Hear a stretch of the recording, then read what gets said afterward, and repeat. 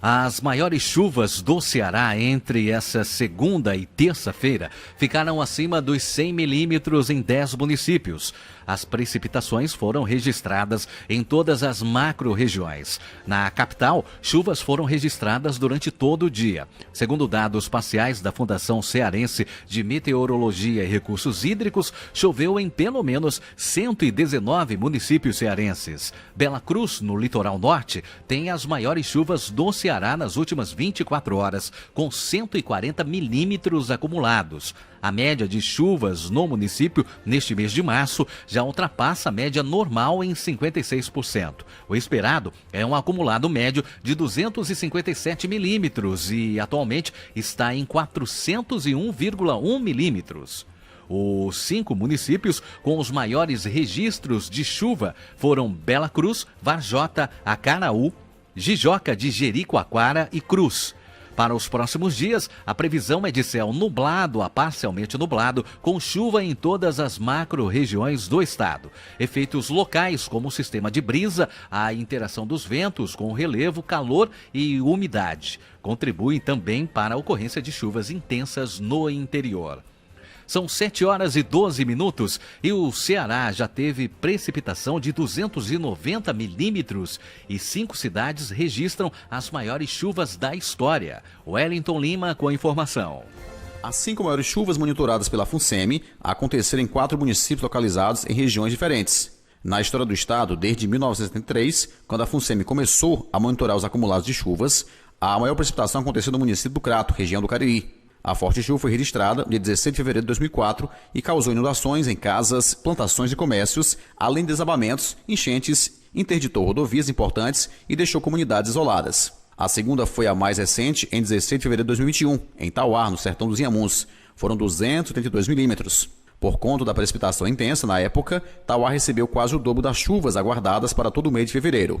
A chuva torrencial aumentou o volume do açude de favelas na zona rural, o que ocasionou a destruição de plantações e prejudicou agricultores da região. As outras 2 maiores chuvas foram registradas em Caucaia, região metropolitana de Fortaleza, no intervalo de menos de 30 dias. Tivemos a primeira no dia 22 de março de 2015, de 280 milímetros, e a outra em 13 de abril, com 270 milímetros. E a quinta foi registrada em Icapuí, no litoral leste. No dia 13 de abril de 2018, choveu 255 milímetros. Em 13 dias, o volume de chuvas em Icapuí chegou a 468 milímetros, quando a média histórica é de 243 milímetros para o mês inteiro. Houve muito alagamento e deslamento de terra. Várias famílias ficaram desabrigadas em um distrito do município. Com informações do Ceará Agora, informou Wellington Lima. No Alerta Geral, bate-papo político com os jornalistas Luzenor de Oliveira e Beto Almeida. Cresce o número de municípios do Ceará com situação de emergência após as fortes chuvas que caem na Grande Fortaleza e no interior do estado desde o início do mês de março. Em todo o Brasil, quase 1.540 municípios se encontram em situação de emergência, seja pelas fortes chuvas ou pela estiagem. Mais informações agora com o repórter Sátiro Salles. De um lado, a estiagem e de outro, o excesso de chuvas. É nesse contraste de extremos que o Brasil chega ao final do mês de março com quase 1.540 municípios em situação de emergência. A seca castiga e, nesse momento, áreas das regiões Nordeste e Sul, principalmente o estado do Rio Grande do Sul, enquanto nas regiões Norte, Sudeste e Nordeste, as chuvas torrenciais deixam um rastro de destruição. Os números oficializados nesta terça-feira revelam que o Brasil chega a 1.532 municípios em estado de emergência devido a desastres causados pelas chuvas e pela estiagem. A homologação da situação de emergência ou de calamidade pública pelo governo federal permite que os municípios afetados recebam verbas do governo e do Ministério da Integração, do Desenvolvimento Regional e realizem obras ou aquisições de produtos e serviços com dispensa de licitação. As fortes chuvas que caem no Ceará desde a primeira semana de março já deixaram em situação de emergência os municípios de Guaramiranga, Aratuba, Itapipoca, Milhã, Senador Pompeu, Solonópole, Irapuã Pinheiro, Uruburetama, Altaneira, Missão Velha, Antonina do Norte e Itapajé. O crescente volume de chuvas pode ter gerado nas últimas horas novos decretos de situação de emergência em municípios cearenses. Com informações do site Ceará Agora, Sátiro Salles. E a subida do nível das águas do Rio Salgado, em Lavras da Mangabeira, acendeu o sinal de alerta e o deputado federal Eunício Oliveira, ao lado do deputado estadual, o deputado estadual Daniel Oliveira, pediu ações urgentes ao governo do estado para assistência à população atingida pela enchente. As informações agora com o repórter Carlos Alberto. O deputado federal Eunício Oliveira e o deputado estadual Daniel Oliveira, ambos do MDB, se mobilizaram nesta terça-feira junto ao governo do estado com um pedido de ações emergenciais para assistência aos moradores do município de Lavras da Mangabeira, atingidos pela subida do nível das águas do Rio Salgado. Eunício, ao receber a informação sobre o transbordamento do Rio Salgado, ocorrido durante a madrugada, manteve contato com o governo do estado e pediu o acompanhamento dos técnicos da Defesa Civil para as famílias das áreas afetadas pela enchente receberem apoio e auxílio necessário. Eunício afirmou ainda que acompanha a situação em cada localidade e distrito do município e solicitou ao governo do estado que, por meio da Defesa Civil, sejam adotadas as medidas para a população receber todo o auxílio necessário e para que seja possível agir rapidamente caso a situação se agrave. Representante do MDB do Ceará em Brasília, o deputado federal Eunício Oliveira mobilizou seu gabinete na Câmara Federal para acompanhar de perto, junto aos governos estadual e federal, por meio do Ministério da Integração e Desenvolvimento Regional, as ações que precisam ser desencadeadas para a proteção dos moradores dos municípios atingidos pelas enchentes. Com informações dos bastidores políticos, Carlos Alberto. Beto Almeida. A análise política com credibilidade e isenção. Bom dia, pessoal. Bom dia a todos. Olha, é muita chuva. Nesse momento, por exemplo, a nossa quarta-feira é de muita chuva em Icó, muita chuva em Fortaleza. A madrugada foi de muitas trovoadas, de muita chuva também para quem teve que acordar cedo e se deslocar. No caso de Lavras da Mangabeira, o Richard Lopes, nosso correspondente, mandou aqui por esse vídeo que vocês acabaram de ver aí, mostrando claramente que de ontem para hoje subiu 5 metros e 5 centímetros do rio. Então o risco, na realidade, de piorar a situação no município levou de fato ao município decretar emergência pública e até suspensão das aulas da rede municipal. Foi o que justificou o prefeito Ronaldo Pedrosa para fazer esse anúncio e a publicação no Diário Oficial do município do decreto de calamidade pública, suspendendo, lógico, as aulas também. E a justificativa está mais do que dada, mais do que clara, especificamente em função do risco que está do isolamento de, principalmente, comunidades rurais no entorno ali do Rio Salgado. E, claro, isso também leva com que os alunos que moram na zona rural possam ser os mais prejudicados no transporte escolar até chegar à sede do município para dar continuidade a seus estudos. Então, as aulas estão suspensas pelo menos até sexta-feira. Olha, essa preocupação, na realidade, que nós já chegamos a 15 municípios em situação de emergência decretada, é exatamente por conta das fortes chuvas que vêm afetando o nosso estado. O lado bom, claro, é o acúmulo de água nos reservatórios, que tem hoje uma das suas melhores reservas no momento para este mês de março. O lado ruim dessa história é que isso pega todos nós, não desprevenido, mas pega numa situação que a gente já imagina, que é de fragilidade nas nossas estruturas, que nós não temos, que os nossos municípios não dispõem e que por isso o Estado, o governo do Estado, o governo federal precisam sim chegar junto a essas prefeituras para ajudar. Esse é um momento essencial para se inventar e evitar, inclusive, piores consequências, piores momentos. O que não falta são relatos que nos chegam, por exemplo, de pessoas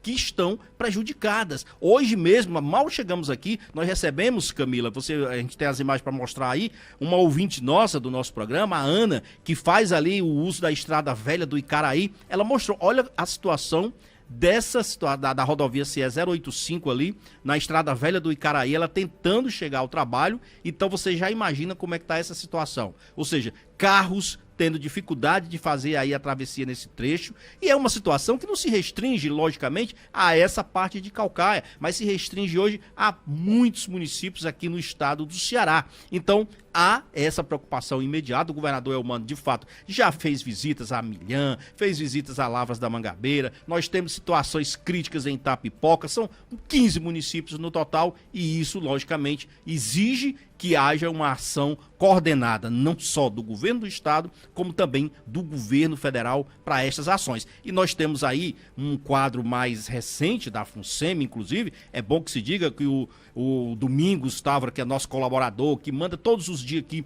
os dados sobre as maiores chuvas nas últimas 24 horas, eu vou até dar uma lida aqui para a gente já ir atualizando, mas eu até acho o seguinte, que esses dados não estão ainda tão atualizados, pode ser que alguma coisa surja depois mais atualizada em relação às maiores chuvas. Mas olha, gente, é chuva que supera os 100 milímetros. Começando, por exemplo, aqui no posto de Aracati, 122 milímetros, maiores chuvas nas últimas 24 horas. Na fazenda Columijuba e Maranguape, 68 milímetros. Em Jaguaruana, 55 milímetros. São Gonçalo do Amarante, 49. Limoeiro do Norte, 44,8 no posto Bichopa. No Açude Acarape do Meio, em Redenção, 44,4 milímetros. Então, a gente percebe claramente que esta quarta-feira continua ainda favorável para termos um dia de muitas precipitações e, naturalmente, muitos problemas para as comunidades no interior do estado do Ceará e também aqui na capital, claro, Marcos. Muita água, né, jornalista Bento Almeida, e é importante essas ações aí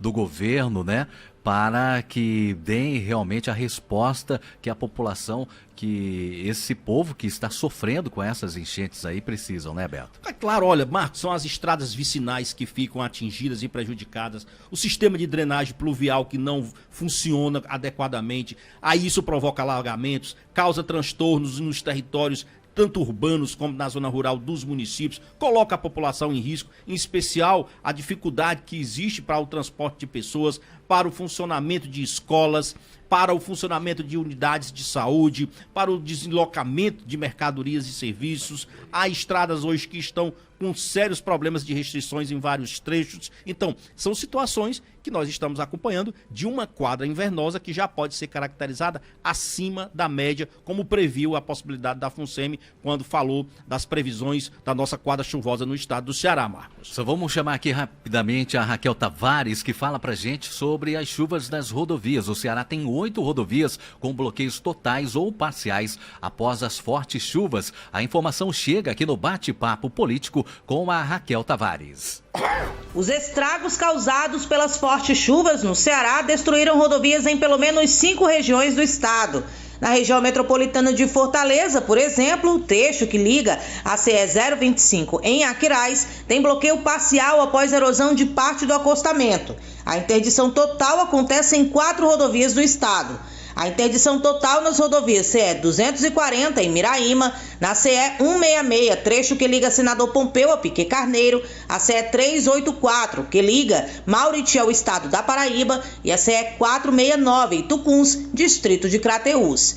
A Secretaria de Obras Públicas mantém um canal direto de comunicação com a população por meio do WhatsApp das estradas, DDD 85 98404 9800. Por esta ferramenta, o cidadão pode informar problemas de trafegabilidade nas rodovias cearenses, além de relatar a situação das obras rodoviárias estaduais. As demandas são acompanhadas diariamente, encaminhadas às áreas técnicas responsáveis. Em caso de emergências, a SOP reforça que o cidadão acione o Corpo de Bombeiros ou a Defesa Civil pelo 193. Devido ao aumento do volume de chuvas em todo o Ceará, a Superintendência de Obras Públicas do Ceará vem intensificando as ações de monitoramento das condições de trafegabilidade das rodovias estaduais. Equipes dos 11 distritos operacionais, através da Superintendência Adjunta de Rodovias, seguem em alerta para solucionar de forma ágil possíveis ocorrências nas estradas. Com informações do Ceará agora, Raquel Tavares. Bom, a Raquel deu aí esse rápido panorama de como é que estão algumas das rodovias que cortam aqui o nosso estado, tanto estaduais como também vias federais, claro. E voltando ainda à questão lá do Rio Salgado, que aflige os moradores de Lavras da Mangabeira, o deputado federal Eunilson Oliveira e o estadual Daniel Oliveira, né, eles lançaram uma nota, inclusive, dizendo o seguinte, que já encaminharam solicitação à Defesa Civil do estado do Ceará para que adotem as providências necessárias para evitar maiores transtornos aos municípios. Claro, o Eunício é da região, é do município, conhece exatamente os riscos que estão envolvidos na subida do rio ali, do Rio Salgado, e o que isso implica, inclusive para a vida de moradores. Então, bem solicitada e bem atendida, acredito que será atendido, porque o Elmano está muito sensível a essas causas em relação aos problemas que possam vir a gerar, a partir, inclusive, da necessidade da decretação do estado de emergência em Lavras da Mangabeira, Marcos. Mas nós vamos também, agora... E também, jornalista Beto Almeida, só registrar aqui que chove também muito na região do maciço do Baturité. A informação foi repassada pelo nosso amigo Jean Martins. Registra nesse momento chuva na região do maciço do Baturité, com preocupação de volta aí ao município de Aratuba, né? Que já registrou, inclusive, mortes neste ano, infelizmente. Mas nós vamos aqui para um rápido intervalo e voltamos já para falar sobre o quê? Sobre a volta do empréstimo consignado do INSS. 3 bancos começam a fazer o empréstimo hoje, Marcos.